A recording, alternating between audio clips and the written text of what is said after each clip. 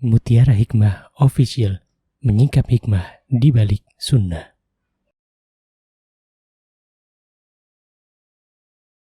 Salurkan donasi terbaik Anda untuk mendukung dakwah Mutiara Hikmah Official.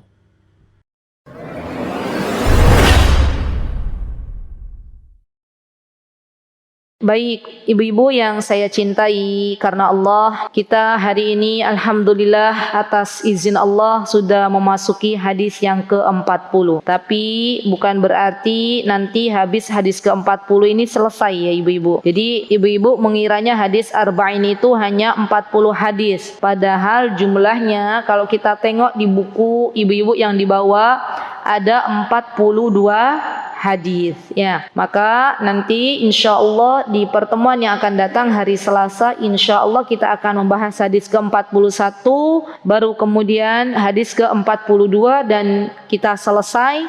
Namun bukan berarti ketika kita selesai hadis ke-42 kemudian kita sudah tidak ada lagi majelis ilmu ya. Insyaallah biidznillah taala kita akan meneruskan kajian majlis ilmu kita dengan kitab yang berbeda. Baik, yuk kita baca hadis yang ke-40. Ibu sudah ada kan bukunya? Masya Allah. Ayo. An ibni Umar radhiyallahu anhuma qala akhadha Rasulullah sallallahu alaihi wasallam biman kibai faqala kun fid dunya ka'annaka gharibun aw 'abiru sabilin wa kana ibnu Umar radhiyallahu anhuma yaqul idza amsayta fala tantadhiris sabaha wa idza asbahta fala tantadhiril masaa fakhudh min sihhatika limaradika wa min hayatika limautik. Subhanallah. Rawahul Bukhari. Hadis ini ibu-ibu mengandung pesan yang sangat luar biasa. Dan pastinya pesan ini saya tunjukkan untuk diri saya terlebih dahulu. Dan tidaklah saya sampaikan ini kecuali saya mencintai ibu-ibu karena Allah. Kecuali kita ingin bersama-sama besok masuk surga bareng. Ya. Dan di antara pesan yang dibawakan oleh Ibnu Umar. Ibnu Umar ini siapa ibu-ibu? Namanya siapa? Abdullah. Pintar Mbak Mia, jazakillah khair. Abdullah bin Umar. Berarti kalau ada an ibnu, namanya itu sudah pasti Abdullah. An ibnu Abbas, Abdullah bin Abbas. An ibnu Mas'ud, Abdullah bin Mas'ud. An ibni Umar, Abdullah bin Umar. Nah, Abdullah bin Umar ini putranya Umar radhiyallahu anhu.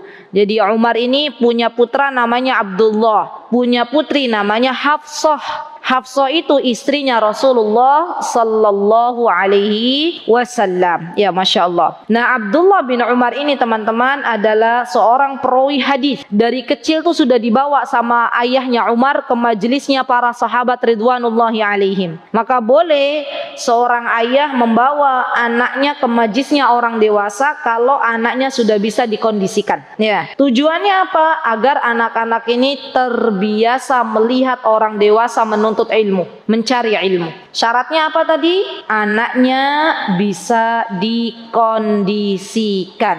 Bagaimana cara mengkondisikan anak-anak dibawa ke majelis ilmu? Dari awal kita sudah bilang ke anak-anak, nak, kita itu mau belajar, ibu mau belajar. Nanti di sana adik duduk, dibawakan alat tulis, menggambar, mewarnai. Anak-anak akan sibuk ya dengan menggambar, mewarnai, menempel stiker misalnya, dan ibunya bisa belajar. Enggak apa-apa, mereka belum bisa menyerap, yang penting mereka sudah terbiasa duduk di majlis ilmu. Dan ini yang dibiasakan oleh Umar bin Khattab kepada putra beliau yaitu Abdullah. Masya Allah. Sehingga tumbuhlah Abdullah menjadi sosok pemuda yang cinta dengan ilmu. Subhanallah. Dan beliau dekat dengan Rasulullah sallallahu alaihi wasallam. wasallam. Beliau adalah sosok pemuda yang pemberani karena teman-temannya Abdullah ini adalah Hamzah bin Abdul Muttalib. Teman-temannya Abdullah ini adalah Abbas, pamannya Rasulullah SAW, dan mereka terkenal para pemberani. Apalagi Abdullah punya ayah seorang pemberani, yaitu Umar. Umar ini, Bu, kalau ibu-ibu tahu, Umar ini adalah seorang khalifah yang mana saking pemberaninya, yang takut ke Umar tuh bukan bangsa manusia saja, bangsa jin juga takut, ya. Jadi mereka para jin itu kalau Umar mau lewat, kata mereka apa? Minggir, minggir, minggir.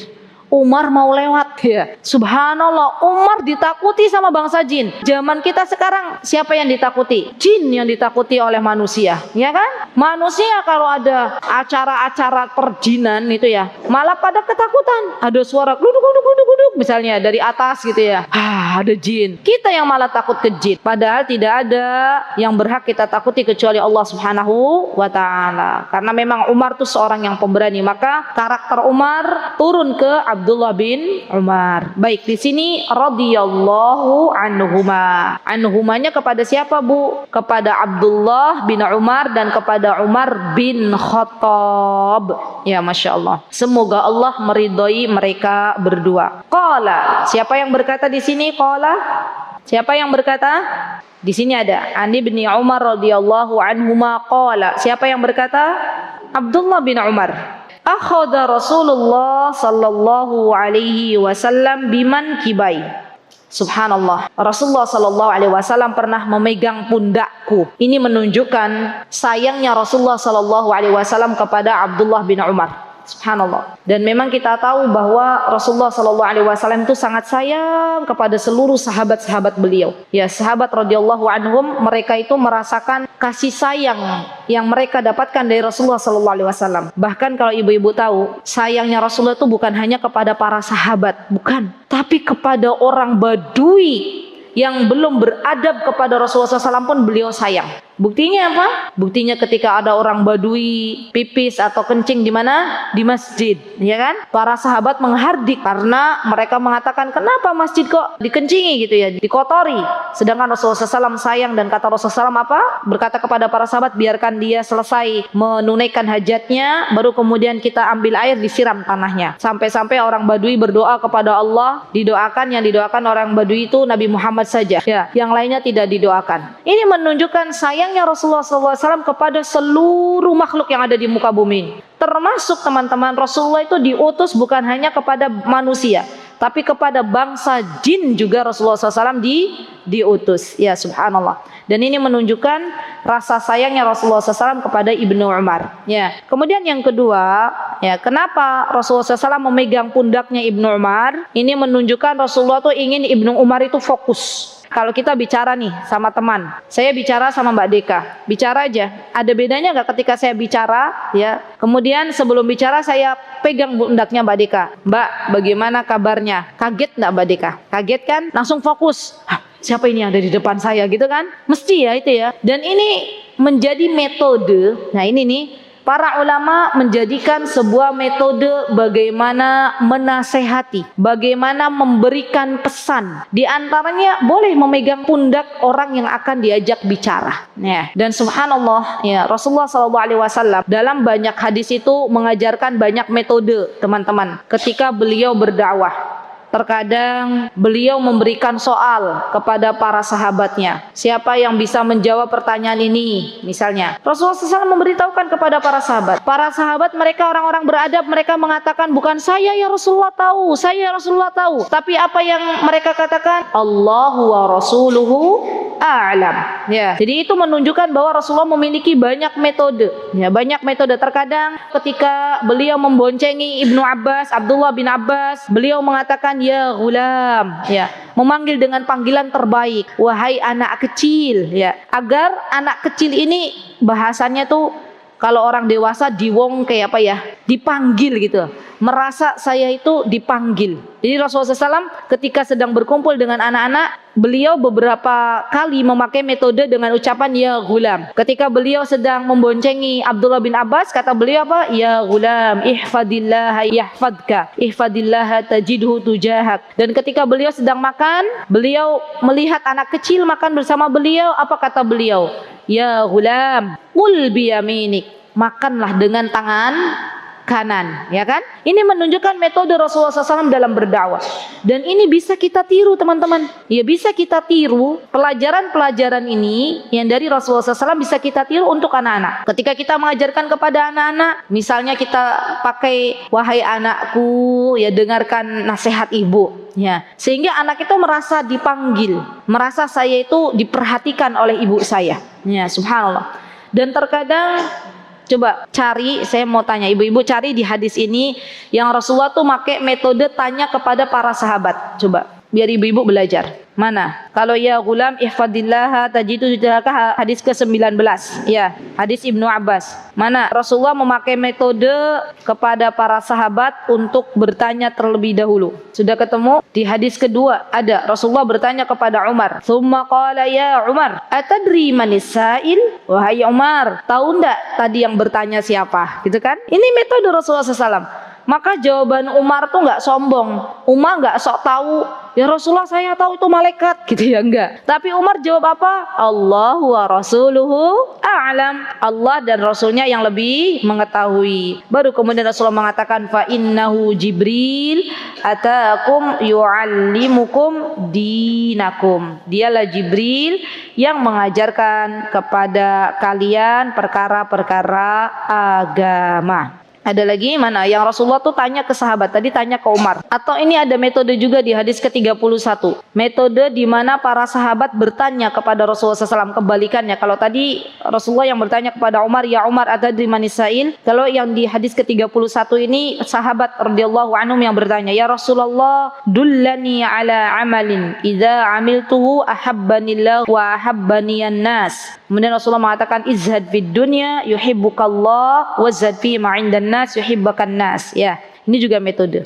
Ya, baik. Alhamdulillah. Baik, kita lanjut ibu-ibu ke hadis ke-40. Faqala, apa nasihat Rasulullah SAW? Faqala, Rasulullah yang berkata. Dan Rasulullah yang mengatakan kun fid dunya ka'annaka gharibun aw 'abiru sabilin. Subhanallah, ini pesan yang singkat tapi dalam maknanya. Disebut apa? Ibu-ibu, kalau pesannya singkat tapi maknanya cukup dalam. Apa Mbak Mia? Jawami'ul kalim. Ya, namanya apa? Jawami'ul kalim. Ya, ibu-ibu, ini nanti kita ketemu di hadis-hadis ini ada namanya ini. Saya tulis ya Bu Suatun. Masya Allah, ini baru. Udah didoain belum? Allahumma inni as'aluka min khairi hadas sabburah wa khairi ma fih wa na'udzubika min syarri hadas sabburah wa syarri ma fih. Ibu-ibu kalau punya baju baru, kalau punya sesuatu yang baru, itu kita berdoa kepada Allah. Ya, minta keberkahan dan minta diberikan yang terbaik, ya. Baik, bismillah. Jawami'ul kalim. Jawami'ul kalim ini adalah pesannya singkat, pesan yang dibawa oleh Rasulullah itu singkat, maknanya luas. Nah, ini namanya jawami'ul kalim. Banyak jawami'ul kalim itu di hadis-hadis Rasulullah SAW, misalnya la taghdab walakal jannah. Itu kan pesannya singkat tapi maknanya dalam. Sampun, baik. Apa pesan baginda Rasulullah SAW kepada kita semuanya, teman-teman? Kata beliau, kun fid dunya. Hiduplah di dunia ka'annaka gharib, seakan-akan engkau itu adalah orang asing, au abiru sabilin, atau engkau adalah seorang yang sedang dalam perjalanan, adalah seorang musafir. Nah, ini bisa teman-teman tulis, kalau yang bisa buat tulisan-tulisan indah itu, pesan-pesan itu ditulislah di tembok, kemudian ditulis hiduplah jadilah engkau di dunia ini bagaikan orang asing atau para musafir. Dan itu mengingatkan untuk kita semuanya bahwa sejatinya janganlah kita menjadikan dunia ini, teman-teman, adalah tempat tinggal kita selamanya. Mindset kita harus dirubah semuanya. Jangan jadikan kita ini orang mukmin hanya ingin menetap di dunia. Karena dunia ini sejatinya seperti tempat seseorang yang berada di daerah orang lain dan pasti akan kembali ke negeri asalnya, pasti akan kembali ke daerah asalnya. Ibu-ibu, kalau ibu-ibu lagi mudik, biar lebih istilahnya membayangkan gitu ya. Saya mau tanya, ibu-ibu pernah mudik nggak? Pernah mudik. Kalau mudik itu Bu, ke sebuah tempat, misalnya orang tua kita atau mertua kita, ya. Ada yang mudiknya kemana Mbak Mia mudiknya? Gresik. Ke Gresik. Biasanya pas Mbak Mia itu ada di Gresik, Mbak Mia ada nggak perasaan ini bukan tempat tinggalku kok, saya mau balik lagi ke Jogja? Ada nggak begitu? Siapa ibu-ibu yang kalau lagi mudik seperti itu? Orang ini tuh bukan, ini tempat tinggal orang tuaku loh, rumahku kok di Jogja gitu. Pernah nggak begitu? Ada rasa begitu nggak kalau lagi mudik? Ada. Kan tempat tinggalnya ibu-ibu di mana? Aslinya tinggalnya di mana? Di Jogja kan? Rumahnya di Jogja kan? Pas mudik itu kan ada perasaan begitu. Loh ini kan kita cuma berapa hari di sini. Apalagi ibu-ibu sudah misalnya menulis rencana mau mudik sepekan. Otomatis ketika kita berada di rumah orang tua kita, sedang bersilaturahim dengan mereka, pasti kita itu punya perasaan kita bakalan sepekan lagi insya Allah balik lagi ke Jogja, begitu ya. Nah, ketika ibu-ibu sedang mudik, ya, apakah semua barang di rumah ibu-ibu bawa? Kenapa nggak dibawa semua? Begitu ya. Jadi bawa barangnya seberapa tuh Bunda Najmi? Yakin, secukupnya saja. Karena kita tahu kita bakal balik gitu ya. Yakin tuh, yakin. Baik, begitu pula kita sebenarnya harus mengatakan di dunia itu seperti ini. Jadi kita itu subhanallah, dan ini nasihat untuk diri saya dan teman-teman semuanya. Kita itu di dunia itu sedang mudik ya. Iya kan? Kita itu sedang dalam keadaannya dua Bu.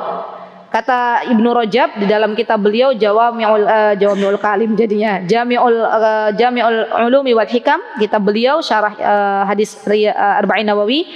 Kita itu harus punya dua kemungkinan. Ya, kita sebagai manusia yang hidup di dunia, kita seyogianya punya salah satu dari dua keadaan. Yang pertama, kita menjadi seakan-akan kita itu sedang mudik, kita itu sedang menjadi musafir. Tadi kata Bunda Najmi, kalau lagi mudik, lagi menjadi seorang musafir, maka semua barang tidak akan kita bawa secukupnya sampai nanti kita balik lagi ke negeri asal kita, ya, balik lagi ke daerah asal kita. Ya, karena kita punya perasaan, ngapain bawa barang-barang banyak, toh kita juga akan balik, begitu ya. Yang kedua, kita itu seolah-olah orang asing yang tinggal di negeri orang, yang hanya menginginkan untuk berbekal buat kembali ke negerinya. Jadi begini, Ibu, seolah-olah kita itu orang yang tinggal di negaranya orang lain. Subhanallah Bu, saya pernah kan bercerita bahwa dulu waktu kami berada di negeri Yaman, kita menuntut ilmu, kita itu nggak ada keinginan pengen punya barang macam-macam, nggak ada. Ya sudah, kita punya piring sejumlah, bahkan dulu saya nggak punya piring yang banyak kayak di sini Bu, nggak. Cuman punya nampan satu itu loh, nampan tok satu, makannya bareng-bareng berjamaah, ya. Dan kita tuh mau beli macam-macam barang tuh mikir, ya. Mau beli kulkas, tetangga kita sudah menawarkan, kalau mau nitip sesuatu di kita aja, nggak usah kamu, toh kamu, kata tetangga saya, kamu juga nanti buat apa beli kulkas, kan nanti juga kamu balik ke Indonesia, katanya begitu. Ya sudah, kita nggak beli kulkas, 6 tahun di sana kita nggak ada kulkas sama sekali, ya. Dan itu yang kami rasakan, karena kita tuh mindsetnya, eman-eman gitu ya, eman-eman kan Bu, toh mau balik ke Indonesia dan nggak akan dibawa tuh barang-barang seperti itu, kulkas, mesin cuci, macam-macam nggak akan kita bawa. Paling yang kita bawa kitab, gitu kan? Kan sayang, nanti cuma dipakai berapa kali, setelah itu sudah dijual. Subhanallah, dan itu ternyata terjadi kepada kawan saya yang orang Yaman sekarang ada di Indonesia. Apa yang saya temui di rumah beliau, hafidhahullah ta'ala, semoga Allah menjaga beliau. Ya, beliau sekarang tinggal di Yogyakarta. Saya kalau pas ke dapurnya beliau itu, saya menemukan piring tuh cuman, ya Allah, bisa dihitung. Ya, 4 atau 5, sudah itu cuman segitu, Bu. Sampai saya pernah bawakan piring loh dari rumah itu, saya kasih ke beliau. Nih piring, Mbok menawi ada tamu apa-apa. Kata beliau, gak usah, ngapain kamu repot-repot bawa piring. Toh saya juga sebentar lagi mau balik Yaman, katanya gitu. Terus saya ingat, oh iya ya, saya juga begitu dulu gitu ya. Dan sendok tuh paling berapa gelintir, mungkin Bos Satem pernah lihat ya. Gelas juga, ya Allah, berapa penghuni rumah ya segitu gelasnya. Allahu Akbar. Sederhana sekali, sesederhana kami ketika tinggal di Yaman dulu. Kenapa begitu, Bu? Kenapa kita itu kok sampai akhirnya begitu? Karena kita tahu, kita sadar kita akan kembali ke negeri kita masing-masing.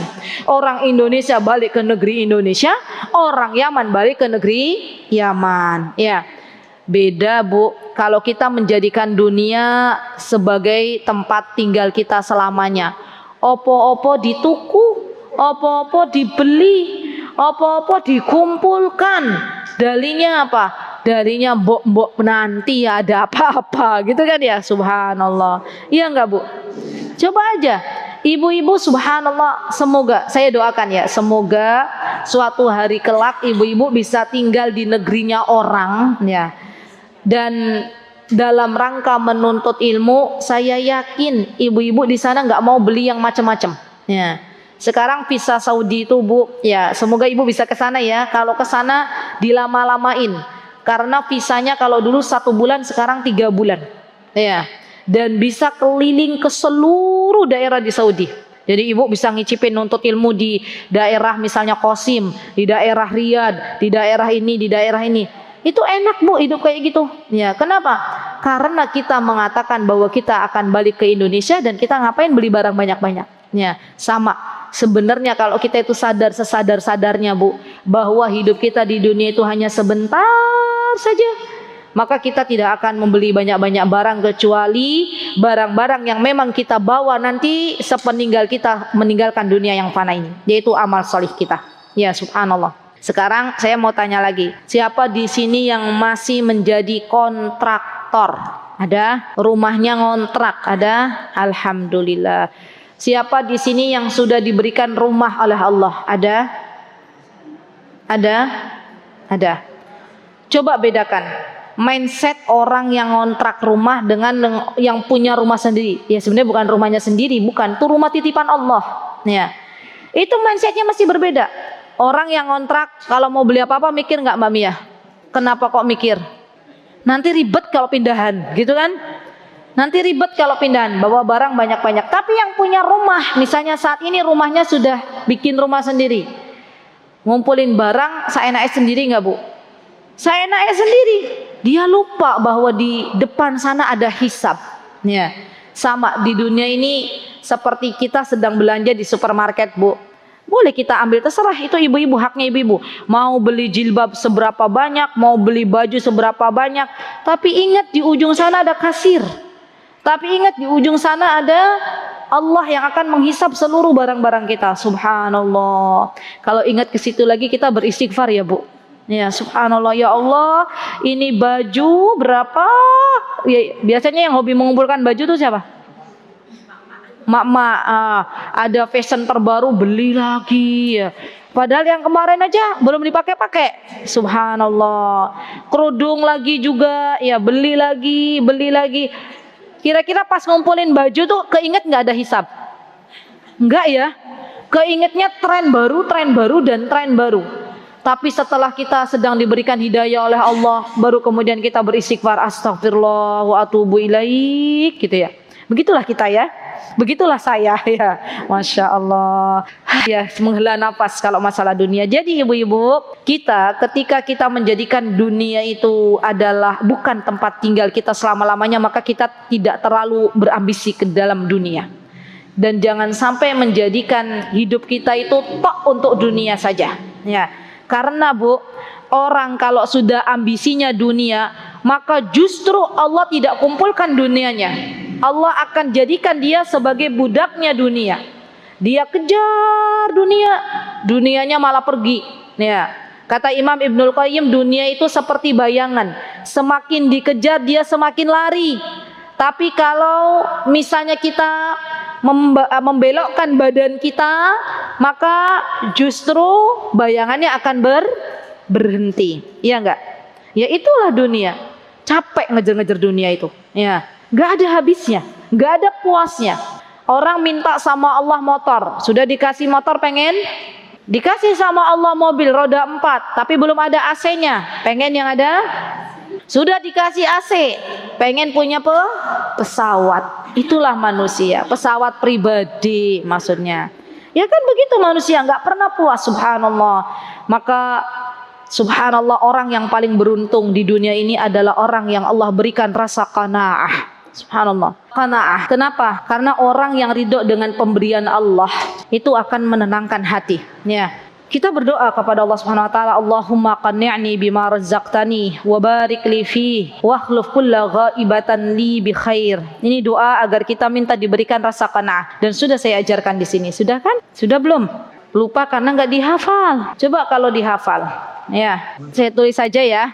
Allahumma qanni'ni bima razzaqtani wa barik li fi wa akhlif kulli ghaibatin li bi khair. Allahumma qanni'ni bima razzaqtani wa barik li fihi wa akhlif kulla ghaibatan li bi khair. Ya, ibu-ibu, kenapa kita itu minta qanaah? Karena Bu, yang namanya dunia itu hitungannya bukan berapa banyak nominal, bukan. Karena walaupun orang punya banyak uang, kalau nggak diberikan keberkahan oleh Allah Subhanahu wa taala, di sini kan kita minta keberkahan, wa barik li fi. Saya minta yang barakah, maka dia tidak akan pernah puas. Saya pernah berjumpa dengan seorang karyawan bank, gajinya sudah mencapai sekitar 15 juta. Kata dia, ustazah, perempuan, alhamdulillah sekarang sudah bertobat. Ustazah, waktu itu saya itu gaji 15 juta belum menikah, itu nggak ada sisanya. Ya, padahal menurut kita 15 juta itu besar banget gitu ya. Ya nggak ibu-ibu? Ibu-ibu, 15 juta itu besar apa kecil? Besar. Mungkin ibu-ibu bisa sedekah kemana gitu ya. Tapi bagi dia boro-boro sedekah untuk kehidupan sehari-hari dia udah habis. Berarti nggak barokah. Ya, jadi perhatikan ibu-ibu, kita jangan melihat dunia itu nominal angkanya, tapi kita minta kepada Allah berapapun yang Allah kasih ke kita dari dunia, kita syukuri. Kita minta kepada Allah agar Allah jadikan ini dunia yang sedikit ini barakah. Maka itu akan lebih menenangkan jiwa kita. Ya, itu prinsip kita dalam dunia. Jadi yang penting cukup. Ibu-ibu mau menikahkan anaknya, cukup. Ibu-ibu badai tindak umroh, cukup. Ibu-ibu mau apa lagi? Mau membeli baju baru lebaran untuk anak-anak, cukup. Ya. Jadi minta kita kecukupan qanaah kepada Allah Subhanahu wa taala. Bismillah ya, diamalkan. Ini yang paling berat ya. Mudah-mudahan Allah memudahkan. Baik, kemudian di sini wa kana Ibnu Umar radhiyallahu anhuma yaqul. Dan di sini Ibnu Umar radhiyallahu anhuma beliau berkata, jadi ibu-ibu tolong diperhatikan. Kun fid dunya ka'annaka gharibun aw 'abiru sabil. Ini perkataannya Rasulullah sallallahu alaihi wasallam, hadis, sabdanya Rasulullah sallallahu. Tapi idza amsayta fala tantadiris sabah, ini bukan hadis, tapi ini perkataannya Ibnu Umar. Karena banyak orang-orang yang tidak perhatian sehingga mengatakan idza amsayta fala tantadiril sabah, ini diarahkan bahwa perkataan ini adalah hadis Nabi kita Muhammad sallallahu alaihi wasallam. Padahal bukan hadis, itu perkataannya Ibnu Umar. Ya, jadi ditulis coba besar-besar, dibikin bahwa hadisnya Rasulullah SAW itu kun fid dunya ka'annaka gharibun aw 'abiru sabil. Dan yang idza amsayta fala tantadiris sabah itu perkataannya Abdullah bin Umar, bukan perkataannya Rasulullah sallallahu alaihi wasallam. Jadi ibu-ibu kadang ya, subhanallah, banyak perkataan-perkataan bukan dari Rasulullah SAW itu yang disandarkan kepada Rasulullah sallallahu alaihi wasallam. Padahal itu bukan perkataannya Rasulullah, tapi perkataannya Ibnu Umar.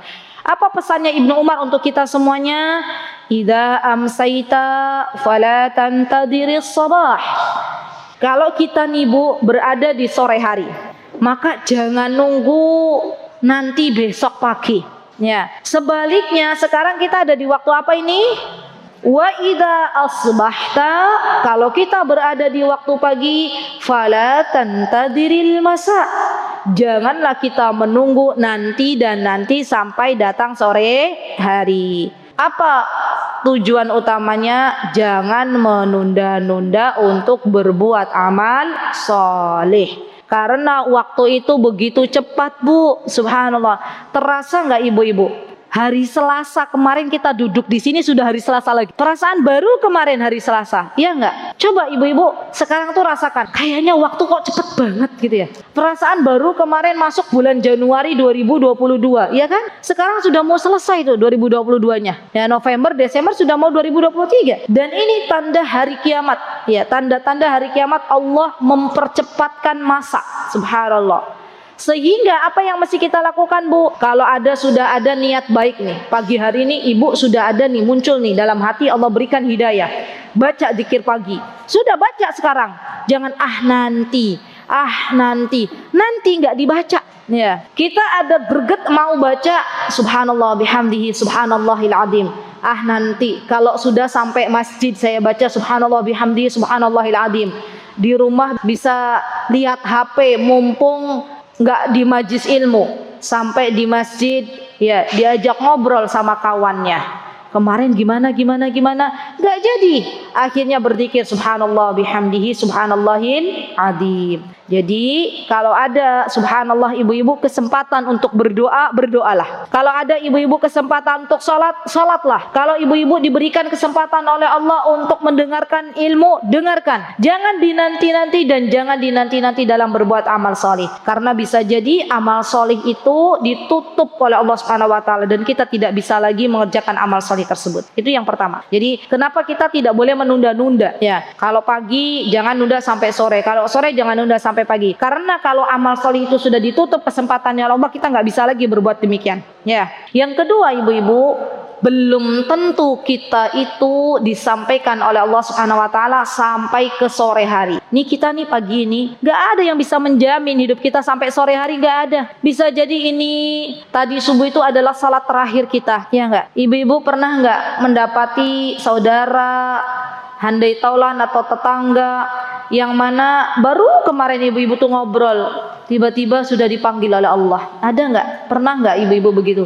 Mendengar gitu? Ada ya? Artinya bahwa kematian tuh dekat banget dengan kita. Ajal itu sebenarnya sudah dekat dengan kita. Maka para ulama zaman dahulu kala, mereka itu kalau mau keluar rumah mereka seakan-akan mereka sudah tidak lagi kembali ke rumah. Maka mereka berhati-hati. Ya, berhati-hati, mulai menata diri mereka, mulai menata hati mereka. Pakai sendal, pakai kanan dulu, mungkin ini adalah sendal terakhir yang saya pakai, begitu kan? Pakai sepatu, pakai kanan dulu, mungkin ini adalah sepatu terakhir yang saya pakai. Kemudian setelah itu keluar rumah baca doa, mungkin ini adalah perginya saya terakhir kali. Terus yang diingat oleh mereka itu kematian, ibu-ibu. Karena sesungguhnya orang yang cerdas itu adalah orang yang banyak mengingat kematian. Subhanallah. Dan mengerjakan sesuatu untuk menjadi bekal setelah dia meninggalkan dunia yang fana ini. Itulah orang yang cerdas. Ya. Rasulullah SAW pernah ditanya oleh para sahabat, ya Rasulullah, siapa orang cerdas sesungguhnya? Ya. Maka Rasulullah mengatakan orang yang cerdas yang sesungguhnya adalah orang yang banyak mengingat kematian dan berbuat untuk hari setelah kematian. Subhanallah, Allahu Akbar.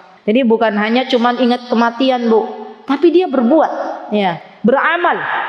Karena kalau cuman ingat takut mati, itu yang ada depresi. Ya.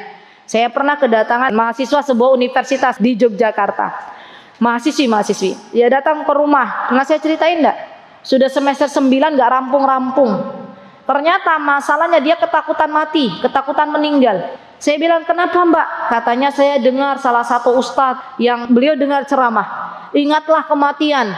Yang terngiang itu, nanti bagaimana kalau saya meninggal, bagaimana dengan ibu dan bapak saya? Kalau bapak saya duluan yang meninggal, bagaimana dengan ibu saya dan saya? Kalau ibu saya yang meninggal duluan, bagaimana dengan saya dan bapak saya? Ya ininya nggak berbuat apa-apa, cuman takut aja. Karena takut, katanya kalau malam nggak bisa tidur, malah diganggu oleh setan, oleh jin. Ya, jadilah dia depresi, nggak rampung-rampung kuliahnya. Ya, la haula wala quwata illa billah. Jadi ibu-ibu mohon dengan sangat, habis keluar dari sini, karena saya bilang ingatlah kematian dan beramallah, jangan takut matinya, tapi kita siapkan bekal. Yuk, bekal apa yang sudah kita persiapkan kelak ketika kita menghadap Allah Subhanahu wa taala. Dan pesan saya untuk ibu-ibu semua dan untuk diri saya, jangan pernah kita menyombongkan amal solih yang sudah kita pernah lakukan. Ya, belum tentu amal soleh yang kita lakukan itu diterima di sisi Allah Subhanahu wa taala. Dan jangan menyepelekan orang lain. Ketika kita melihat orang lain belum banyak amal solihnya, bisa jadi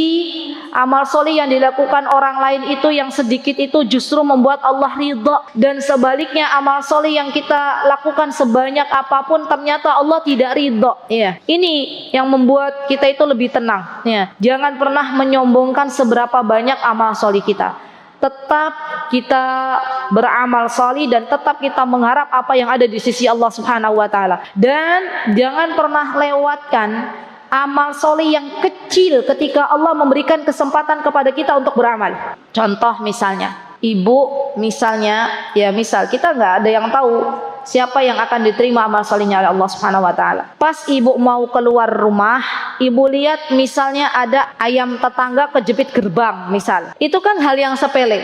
Ya kita selamatkan dulu itu ayam. Ya, kita selamatkan dan kita berdoa, ya Allah semoga dengan saya menyelamatkan ayam itu yang kejepit gerbang itu kakinya, semoga ini bisa memasukkan saya ke dalam surganya. Jangan kita istilahnya apa ya Bu, subhanallah. Jangan kita itu menyepelekan sesuatu yang mungkin bagi kita itu adalah sesuatu yang remeh-temeh. Bisa jadi yang remeh-temeh itu adalah sesuatu yang besar. Para ulama mengatakan rubba amalin saghirin yukabbiruhun niyah. Bisa jadi amalan yang kecil itu akan besar di hadapan Allah Subhanahu wa taala, di hadapan Allah karena sebuah niat. Wa rubba amalin kabir, dan bisa jadi amalan yang besar itu menjadi kecil karena sebuah niat. Ya, jadi niat itu yang sangat berpengaruh untuk amal soleh kita. Subhanallah. Niat ibu-ibu. Dan niat itu perkara ibadah hati yang hanya Allah saja yang bisa mengetahui apa yang terselip dalam hati kita. Kita nggak bisa ngeles di hadapan Allah. Kita nggak bisa berpura-pura sebagaimana mungkin ada sebagian orang bisa berpura-pura di hadapan orang lain. Karena niat itu benar-benar murni Allah yang mengetahui apa yang ada di dalam hati kita masing-masing. Ya, subhanallah.